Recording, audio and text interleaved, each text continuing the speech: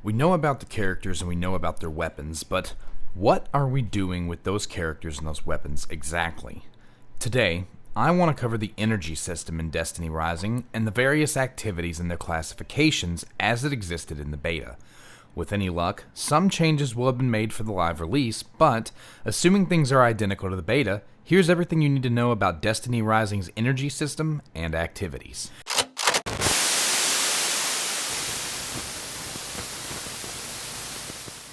Before I talk about the activities themselves, I should mention the other mechanic that plays into them, Pinnacle Energy. Pinnacle Energy is a pseudocurrency you receive at a rate of 120 energy per day up to a cap of 360 total energy. Claiming Pinnacle rewards from completing activities costs between 10 and 40 energy depending on the activity, and if you use another resource called an overflow capacitor. Overflow capacitors are another rare resource you can attain through various methods that let you burn double the energy for double the rewards essentially at the end of an activity. Your average activity, such as strikes, raids, and Morgan's Prey, will require about 20 energy to claim Pinnacle rewards, while other activities, such as public events, require 10 energy to claim Pinnacle rewards. There are also basic rewards granted for each activity, but in general, the basic activity rewards are minuscule and make grinding the activities not generally worth the effort. From what we've seen out of the Chinese beta, this seems to have improved, but I'm going to push F to doubt until I actually get my hands on the game and get to try it myself, so we'll know more, I guess, on Thursday. There's also a mechanic to attain Reserve Pinnacle Energy, which will let you claim Pinnacle rewards even after you've depleted all 360 energy, but it's super rare and generally given as a reward for events and in store bundles. So standard energy will recharge at a daily rate of 120 energy per day, so if the free rewards aren't enticing enough, there is always the option of just waiting to do bigger activities until you have more energy. So, now you know all about the guns, characters, energies for Pinnacle rewards, and all the intricacies associated with them, but what do you do with them exactly? The campaign is a key way to progress your available activities and rewards, and free roam returns for both Red Sea Rift and Jiangxi Metro with multiple areas to explore and side missions to complete. The variations between activities available in free roam are fantastic, and they feel like a breath of fresh air compared to something like Destiny 2's patrol system. While some of the missions are simple, others, such as Brains Over Brawn missions, require a bit of thought to solve the puzzles and access the prizes, with an escalating difficulty depending on exactly where you're at and which one you're doing. Campaign missions are similar to what you would expect, but a few of them may just take you by surprise, as there are actually some unique aspects to them that you would never see in Destiny 2. I've got one in particular in mind towards the end of the Red Sea Rift campaign, but I don't want to spoil it for you guys ahead of launch, so I'll let you discover it on your own. You'll know the one I'm talking about. In total, the campaign may take you around 2.5 to 3 hours to complete on normal, which will open you up to taking on the heroic versions once you reach the required level. Both free roam activities and standard campaign missions do not cost Pinnacle Energy to attain rewards, exempting public events during free roam. Campaign and free roam aside, there are 4 main activity categories to choose from: Shifting Gates, Adventure, Casual, and Iron Commander. Shifting Gates is Destiny Rising's version of Gambit, more or less, featuring a PvEvP-based game mode wherein 6 teams of 3 compete to kill enemies, collect data nodes, and bank them. The team with the most data nodes banked at the end of the activity wins. Iron Commander is the game's AFK mode offering. Once per day, Pinnacle Energy can be exchanged for Ops authorizations, which can be used to send your squad on gathering missions, which can net you rewards such as weapons and resources without actually running the activity. Eligible activities to dispatch your characters include Morgan's Prey, Strikes, Gauntlet Blitz, and Legacy. Once you unlock the ability to dispatch, you'll be limited to purchasing a single Ops authorization per day until you reach a claim level 15, which will increase your number to 2 total per day, and then 2 additional ones at level 28, which will make the total 4 per day. The exchange rate for these is 20 energy per Ops authorization with a max holding cap of 9 total. Every character on your roster will gain 1 energy point per day with a maximum of 3 energy points per character, making each character eligible for up to 3 deployments per day. Casual is a playlist that includes the Iron Bar, Sparrow Racing, Shadow Shaper Duels, and Fishing. Fishing as an activity is available anytime and comes with its own 20-node ability tree as well as 50 levels to attain, which unlock rewards and ability points that can be used to claim more nodes on the skill tree, as well as better bait and fishing rods.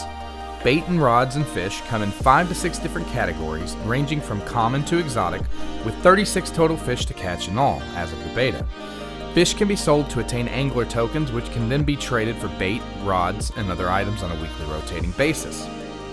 Before we proceed, I will say that the next couple activities I'm going to mention were on a timer rotation. However, that might not necessarily be the case for the full release. We're speculating that a lot of these are going to have their time limits actually lifted, and that it was more intended to kind of corral people into certain activities during certain time periods and not let one list get bogged down too much with too many players. But because my experience with the beta says that they have a time limit, I'm going to go ahead and mention that they have a time limit.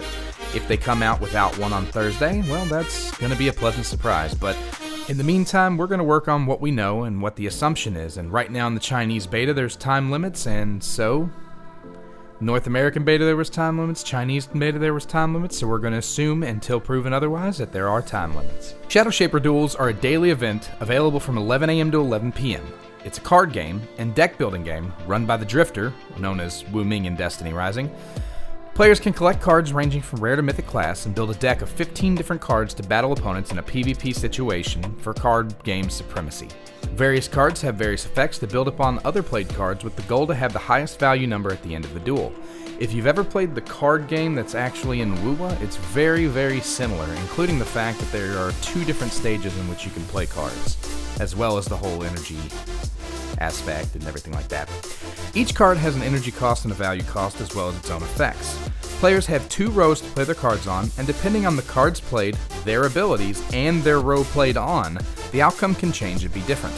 Some cards power up other cards on the field while played on the front row, and others attack your opponent's cards when played in the back row. Building a strong and balanced deck is crucial to victory, and rewards include duelist tokens, which are the currency for this mode, as well as mythic weapons and bright dust.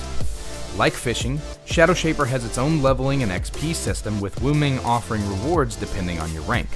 There are 20 levels to climb, each offering new rewards, like new cards for your deck, Lumina Leaves, duelist tokens, and even Bon Voyage charms in some cases. Sparrow Racing is available daily between 11:30 a.m. and 11:30 p.m. and is exactly what it sounds like. If you've played Destiny 1, you're already familiar with this mode. 6 players race sparrows on a 2-lap map. Best placer wins. Rewards include mythic weapons and bright dust. Simple. Lastly is the Iron Bar. This is Destiny Rising's standard 6v6 PvP mode. It's available Friday through Sunday every week and rewards bright dust and mythic weapons. Modes are typically 3-point capture based, and a fair play modifier is applied, as well as a shared heavy ammo modifier. Fair play disables base damage bonuses on weapons, disables character talents, disables artifact attributes, and sets all character abilities to level 1 to even the playing field across the map. Adventures is the main activity category and includes 6 PvE subcategories that include multiple variations of their modes. These 6 categories are Haven Ops, Realm of the Nine, Morgren's Prey, Legacy, Gauntlet Ops, and Legendary Campaign. Haven Ops contains Strikes and Calamity Ops. Strikes come in 3 difficulty options, Normal, Heroic, and Master, with higher end difficulties offering better rewards. Rare materials, weapons, mods, crystals, and more can drop from these. Calamity Ops has 11 ranks to climb and is essentially the same as Nightfalls in Destiny 2. Calamity Ops also has a leaderboard available for competition. Realm of the Nine includes 3 different options: Singularity Order, Singularity Chaos, and The Expanse. These roguelite modes are the destination for artifacts, and the main rewards featured in this mode are artifacts. The Realm of the Nine also offers a multi-skill tree with nodes unlocked using the mode's Strange Coin currencies. These trees fall into 3 categories: Vitality, Vantage, and Valor. Vitality has 8 nodes, Vantage has 4, and Valor has 8 nodes to unlock for varying costs between 25 and 75 coins per node. The upgrades bought in the Paraverse nodes offer bonuses in all of the 9 basic modes. Singularity Order is a mode with 9 different challenges that offer extra rewards for meeting specific time constraints, aka sub 15 and 10 minute runs, and completing the 10 challenge levels, each granting an additional buff or ability. Singularity Chaos is similar to Order, but it starts players with an Essence of Chaos, which is typically a modifier that is both beneficial and detrimental to the player. For example, Steel Plate is an option that grants the player 130% total health increase, but it removes passive health regeneration, with Final Blows acting as the primary source of health.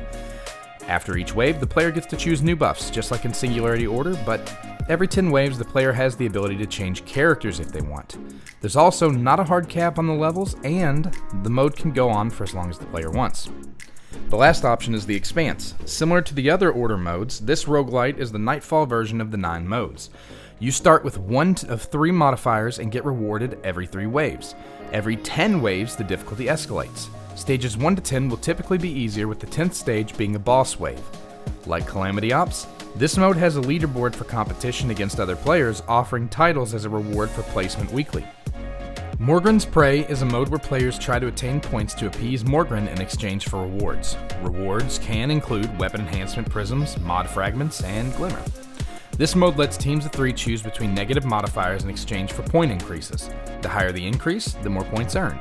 The faster the mode will be completed, but the more difficult the mode becomes. Legacy is a mode where players collect Detrius and infuse it into a Sentinel's piece to earn rewards. The rewards offered include tufts, ribbons, and sheaths, which are materials used to upgrade character and ability levels. It plays like a PvE version of Gambit, more or less, but you kill enemies, bank motes, and profit. Gauntlet Ops is this game's version of Raids, and it comes in 2 flavors, Blitz and Onslaught. Blitz puts a group of 6 players against one of 3 raid-like encounters where they must solve puzzles and kill bosses to overcome the activity and achieve rewards.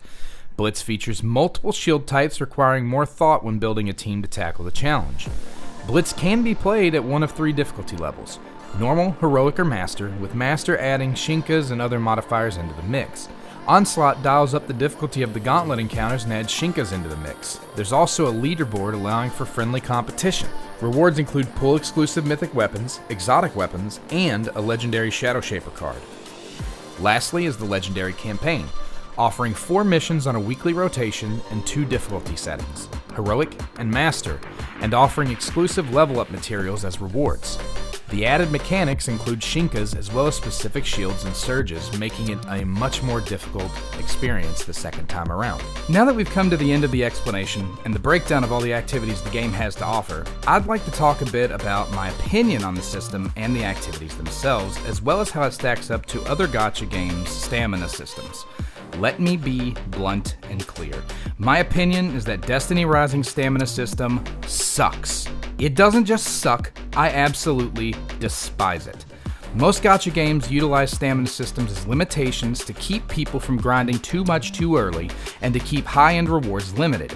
But out of all the gachas I played, Destiny Rising has to have by far the absolute worst stamina system and, as of the North American beta, free completion rewards. Keep in mind, these things may be different in the full release, and I hope they honestly are, because this is a major factor holding back this game. The current way Destiny Rising's energy system works, at least as of the beta, both Chinese beta and North American beta, is you get 120 free energy per day at daily reset to use on activities. Once you use it up, it's gone. You can stockpile up to 360 energy or 3 days worth of energy. There is no overflow energy stockpile, so anything more than that acquired is simply lost to the ether. In addition, there is a premium energy in the form of reserve pinnacle energy, but it's premium in that its availability is only readily available in silver cost bundles. Sure, they throw you a bone every now and then and grant some for events or challenges, or even in the recently seen subscription pack in the CN beta, but for the most part, it's a premium currency only acquired through premium means. For people like me, who want to play a lot, this is a huge detriment. Further, overclock capacitors cost double energy to use. That shouldn't be the case. In my opinion, the capacitor itself, which is a rare currency, should eat half the cost. In other words, you should get double rewards at single cost when using the item. The only purpose it currently serves is to make players have to run the activity slightly less frequently. Maybe all of this doesn't sound too bad to you. If you were like me, who came into this game with extremely limited gacha experience, you wouldn't know how other games handle this. So, just real quick, let me break down a couple of other games in the genre. Honkai Star Rail has an energy system that replenishes 1 energy every 6 minutes up to a max of 300. Then it transitions to Reserved Trailblaze energy, which regenerates at a rate of 1 every 18 minutes, up to a total of 2400. There's also a premium item called Fuel that will replenish energy in a pinch. My opinion is that in terms of energy systems, Honkai Star Rail sits atop the chain as one of the best energy systems on the market. Surely the best in class is just an outlier though, right? Wuthering Waves energy system replenishes 1 energy, known as Wave Plate, every 6 minutes to a maximum of 240. Once at 240, players acquire Wave Plate crystals, this game's overflow currency, at a rate of 1 per 12-minute period for a maximum overflow value of up to 480. There's also a restoration item in the game called Crystal Solvent that restores 60 plates per use. Crystal Solvents are given out via gift codes, Pioneer Podcast, which is the battle pass for the game, and other means such as events and paid packs. One more example, just for good measure, Zenless Zone Zero. ZZZ has a stamina system called Battery Charge that refills at a rate of 1 per 6 minutes up to a max of 240. Once you reach 240 energy, the energy will regenerate and overflow to a maximum of 2400 at a rate of 1 per 18 minutes. You can replenish energy through other means in the game, including drinking coffee once a day for a free recharge of 60 to 80 battery, or using an ether battery to restore 60 charge. Ether batteries are available from new Eridu City Funds, the game's battle pass, in some premium shop bundles, and as Internaut level up rewards. Noticing a pattern here? 6 minutes is roughly 10 energy per hour. That means in a given day, all of these games provide up to 240 maximum energy per day over time. Destiny Rising's current system only offers half the energy its competitors do. Further, the free rewards from a majority of these games are far superior to Destiny Rising's, meaning you have to stretch a significantly lower energy amount a lot further to ensure you're getting your rewards worth. If the free rewards were substantially improved, this wouldn't necessarily be an issue, but given the state as of the North American beta, this small potato stamina system just isn't cutting it. This is further exacerbated by the fact that activities in Destiny Rising have similar cost to activities in those other games I mentioned, which means no matter how you slice it, if you're grinding for materials or rewards, you're curbed hardcore by the current iteration of the Pinnacle energy system. Further, during the North American beta, the free reward system has diminishing returns, meaning the more you ran anything that wasn't in the casual playlist section, the lower the rewards actually got. I finished a raid encounter with my wolf pack while grinding out leaderboard positions, for example, and got 60 Glimmer as a reward on the free track for a Pinnacle activity. Absolutely abysmal, completely unacceptable.